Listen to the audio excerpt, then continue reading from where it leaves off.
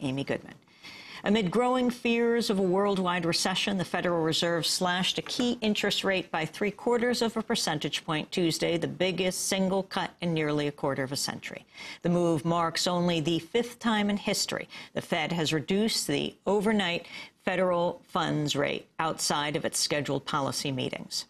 The last time was after the 9/11 attacks, when the Fed cut rates by 0.5 percentage point. The Fed's move was prompted in part by turmoil in global markets Monday, with stock averages in Japan, India, Germany, and elsewhere seeing some of their worst declines in decades.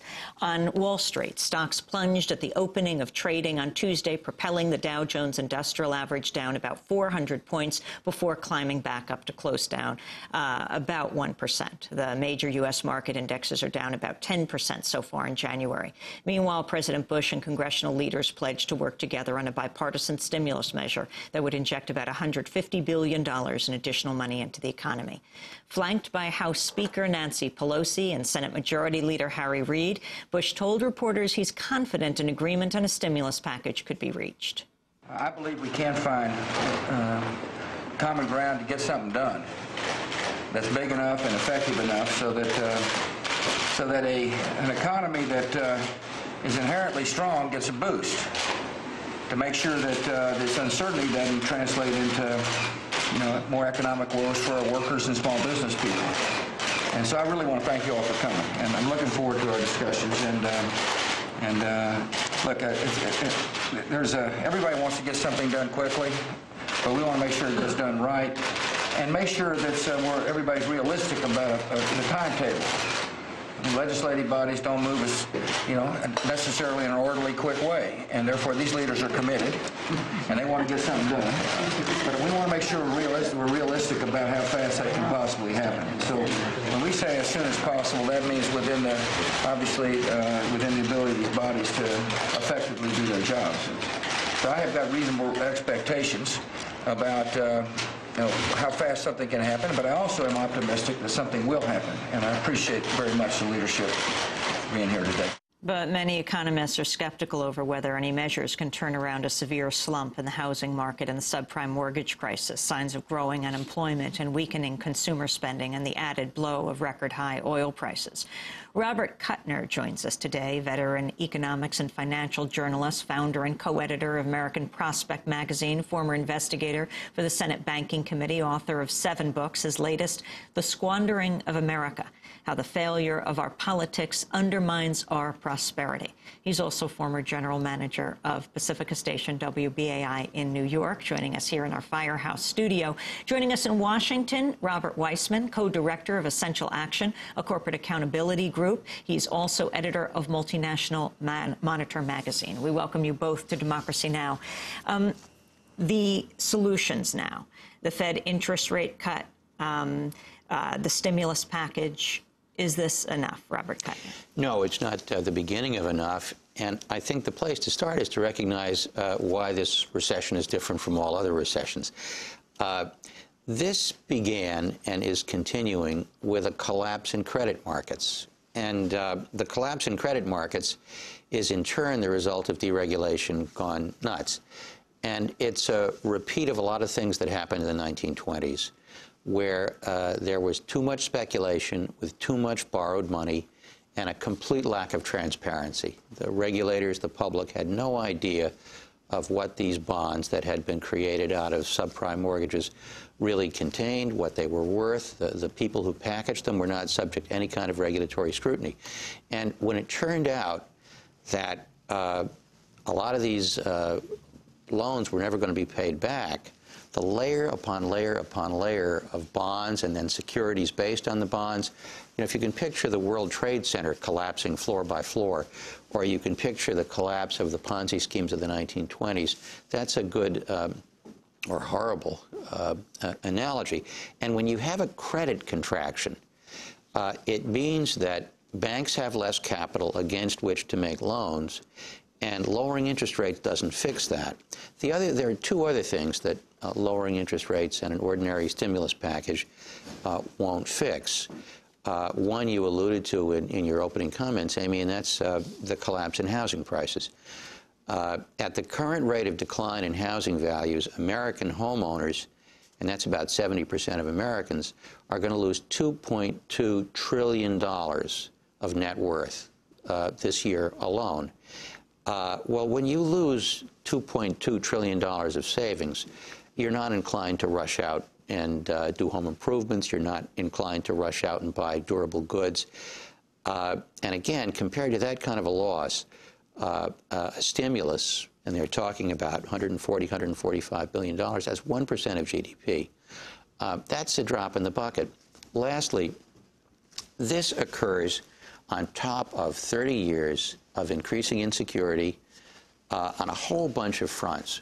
The greater risk of losing your job, the greater risk of having your paycheck not keep pace with inflation, rising energy costs, rising tuition costs, rising health insurance costs, all of the things that make you middle class have become more difficult to attain in the past 30 years. So you've got a three-layer cake here.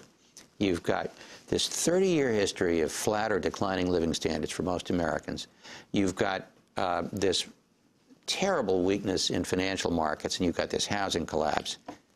30 years would take us back to the beginning of Reagan. A little bit before, actually. I mean, the great experiment in deregulation really started under Carter in the late 1970s. It was Carter who started the deregulation of trucking and natural gas and broadcasting, and the whole ideology of deregulation and the practice of deregulation was unfortunately bipartisan. Rob Weissman, you talk about deregulation and the financial crisis, and you talk about at least 5 distinct regulatory failures that led to the current crisis. First, explain deregulation, and then go through what you think these failures are. Well, there's both the actual rollback of regulations that once were in place, that kind of deregulation, and there's also a kind of non-regulation, the failure of government agencies to exercise authority that they have, but just choose not to use, or authority they choose not to assert. There are 5 that I laid out in a recent column, but there are many more, as Bob is referencing, including ones that led directly or indirectly to this crisis. I think one big picture deregulatory failure was the failure to manage the trade deficit. The U.S. trade deficit led to this huge accumulation of capital in countries like China, and that capital had to find a place to go, and that ended up lowering interest rates and sort of chasing after all kinds of investments, including the mortgage investments that were the trigger for this crisis. A second regulatory failure was the failure to address the housing bubble. Even if interest rates were low, there was a lot of ability for especially Federal Reserve Chair Alan Greenspan to pop the bubble before it reached the point that it got to. And this is not just a retrospective criticism.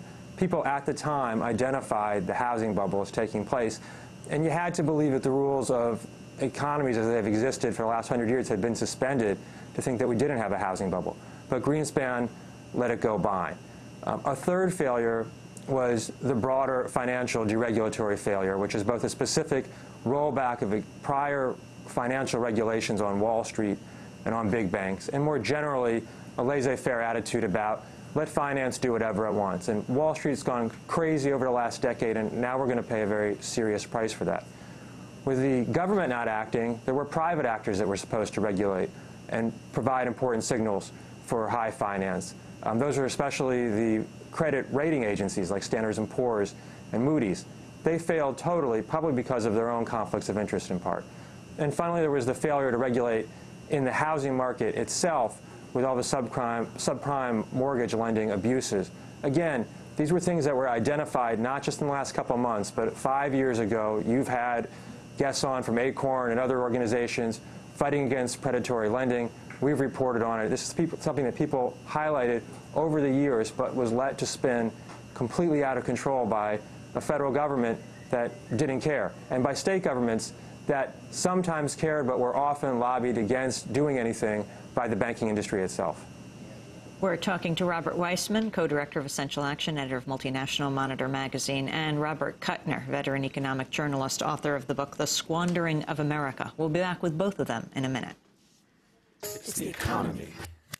Stupid.